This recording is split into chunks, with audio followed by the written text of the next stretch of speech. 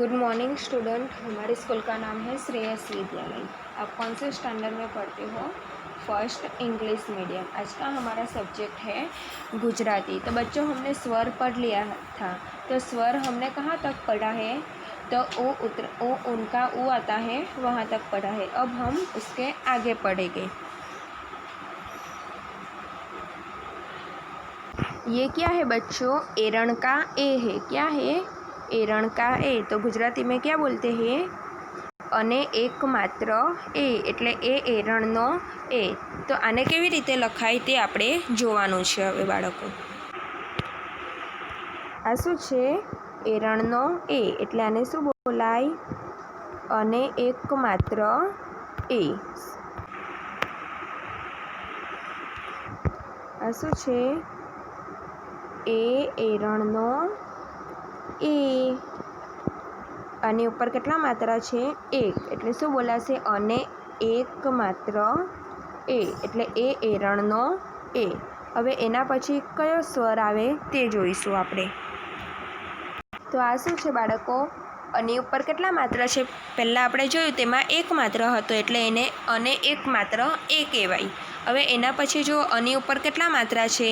તો બે માત્રા છે। તો શું બોલાશે? અને બે માત્રા ऐ। શું બોલાશે? અને બે માત્રા ऐ એટલે ऐ ऐरावतનો ऐ। तो જો અહીંયા ऐरावतનું ચિત્ર આપ્યું છે, તમને દેખાય છે બાળકો?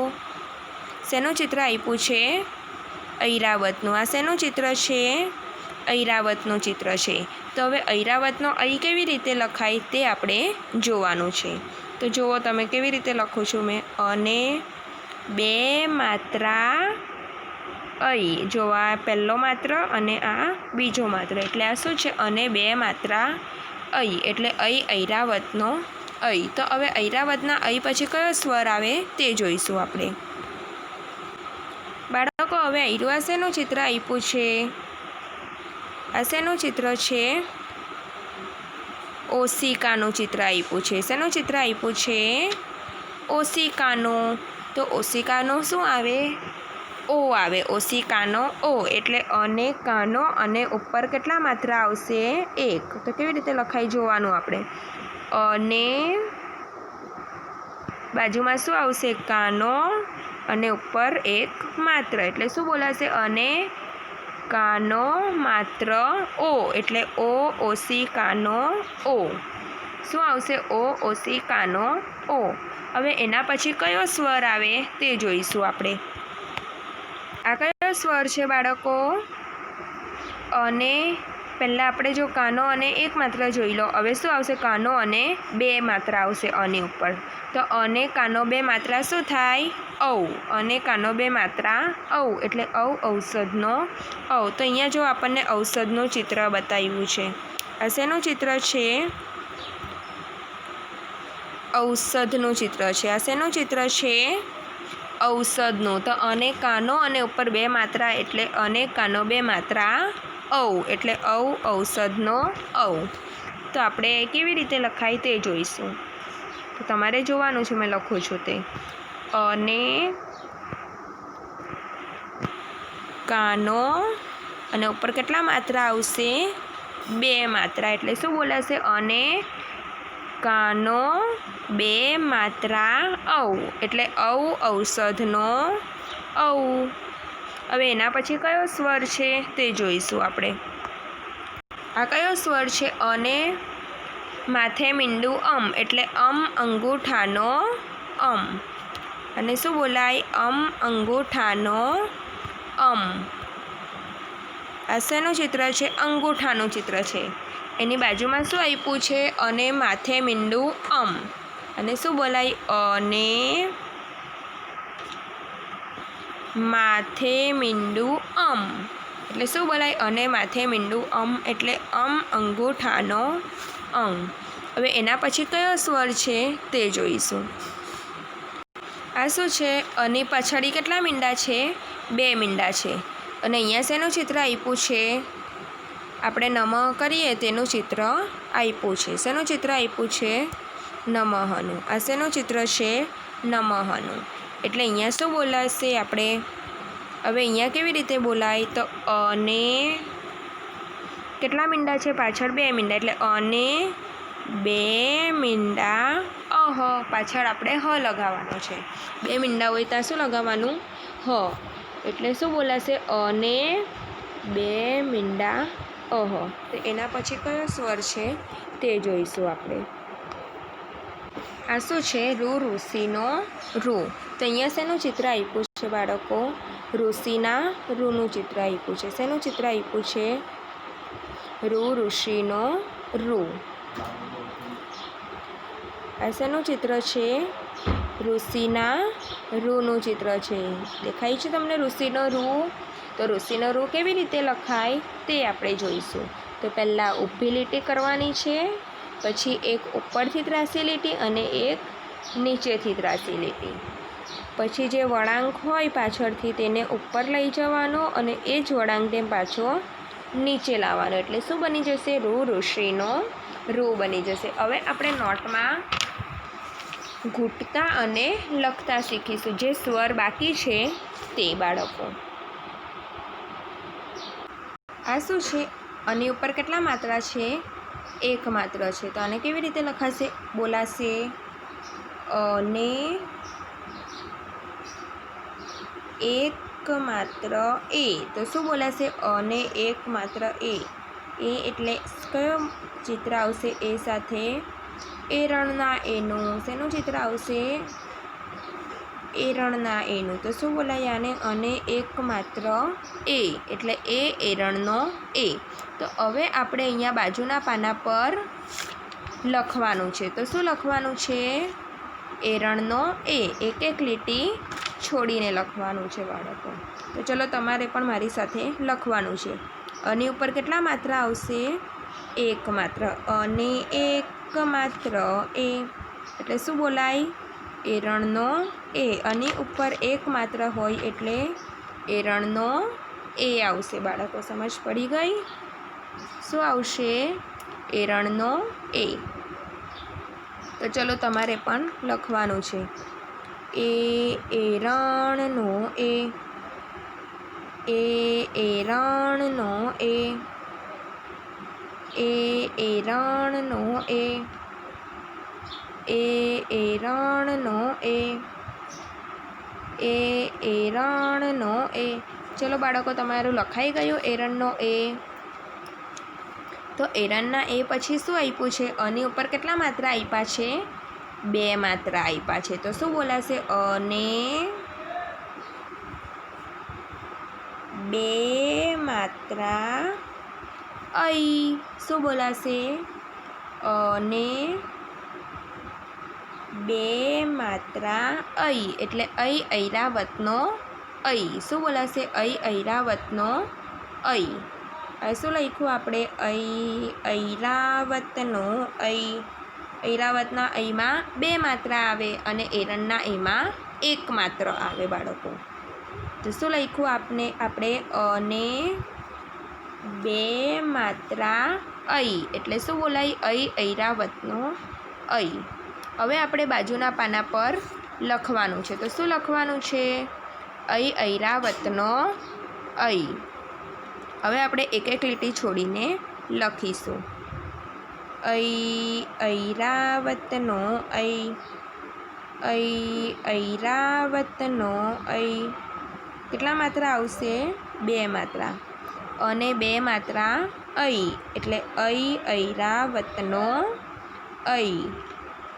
કેટલા માત્રા આવશે? ઐરાવતના ઐમાં 2 માત્રા અને એરણના એમાં 1 માત્ર અને ઐરાવતમાં 2 માત્રા. હવે ઐરાવતનો ઐ પછી શું આવે બાળકો? તો અને કાનો.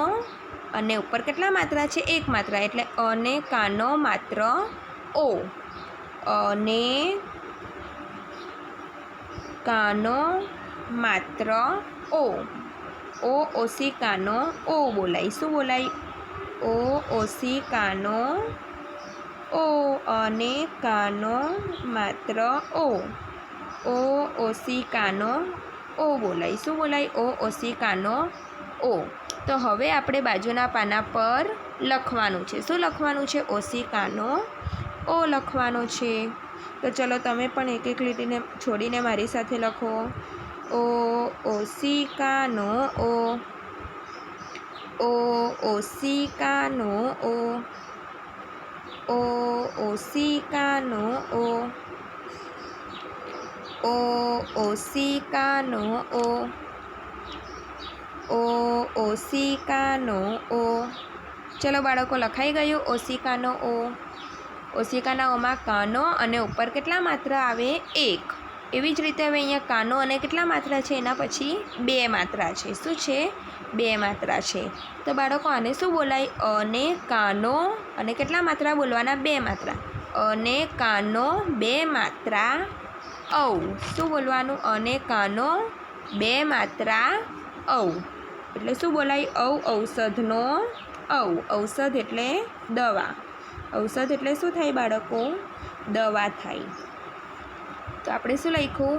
અને કાનો અને કેટલા માત્રા કર્યા? બે માત્રા। અને કાનો બે માત્રા ઔ। તો શું બોલાય? ઔ એટલે ઔ ઔષધનો ઔ। તો હવે આપણે બાજુના પાના પર લખવાનું છે। તો ઔ ઔષધનો ઔ લખીશું। અને કાનો બે માત્રા ઔ એટલે ઔ ઔષધનો ઔ। ઔ ઔષધનો ઔ, ઔ ઔષધનો ઔ, ઔ ઔષધનો ઔ, ઔ ઔષધનો ઔ। ચલો બાળકો લખાઈ ગયો ઔષધનો ઔ। તો ઔષધના ઔ પછી શું છે? તો અને માથે મીંડું અમ। એટલે શું બોલાય? અને માથે મીંડું અમ એટલે અમ અંગૂઠાનો અમ। અને ઉપર એક મીંડું છે। કેટલા મીંડા છે? એક મીંડું। અને માથે મીંડું અમ। અને માથે મીંડું અમ એટલે શું બોલાય? અમ અંગૂઠાનો અમ। હવે આપણે બાજુના પાના પર લખીશું। તો શું લખીશું? અંગૂઠાનો અમ, અંગૂઠાનો અમ, અંગૂઠાનો અમ, અંગૂઠાનો અમ। શું બોલાય? અને માથે મીંડું એટલે અંગૂઠાનો અમ। તો આપણે શું લખ્યું? અને માથે મીંડું અમ। શું બોલાય? અને માથે મીંડું એટલે અંગૂઠાનો અમ। એના પછી કયો સ્વર છે બાળકો? અને બે મીંડા અહ। તે આપણે હવે ગૂંટવાનું છે। અને બે મીંડા અહ, અને બે મીંડા અહ,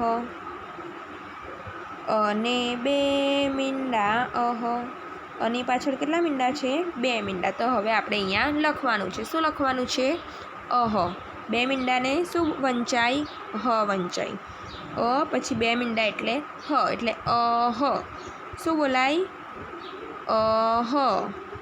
અને બે મીંડા અહ, અને બે મીંડા અહ। શું વંચાય? અને બે મીંડા અહ। તો ચલો બાળકો લખાઈ ગયું તમારું અને બે મીંડા અહ। એના પછી કયો સ્વર આવે? રૂ ઋષિનો રૂ। કયો સ્વર આવે? રૂ ઋષિનો રૂ। તો તેને પણ આપણે પહેલાં ઘૂંટીશું। તો પહેલાં ઊભી લીટી, પછી એક ઉપરથી ત્રાસી લીટી અને એક નીચેથી ત્રાસી લીટી। પછી જ્યાં વચ્ચે ત્રાસી લીટી હોય ત્યાંથી એ લીટીને આપણે ઉપર લઈ જવાની, પછી પાછી એને નીચે લાવીને વળાંક કરવાનો। એટલે શું બની જશે? રૂ ઋષિનો રૂ। તો હવે આપણે ઋષિનો રૂ ઘૂંટવાનો છે। રૂ ઋષિનો રૂ। તમારે જોવાનું છે મેં કેવી રીતે લખું છું, એવી રીતે તમારે નોટમાં ઘૂંટવાનું અને લખવાનું છે। રૂ ઋષિનો રૂ, રૂ ઋષિનો રૂ। ચલો બાળકો ઘૂંટાઈ ગયું। તો હવે આપણે નોટમાં લખવાનું છે બાજુના પાના પર। શું લખીશું એક એક લાઈન છોડીને? રૂ ઋષિનો રૂ, રૂ ઋષિનો રૂ, ઋષિનો રૂ, ઋષિનો રૂ,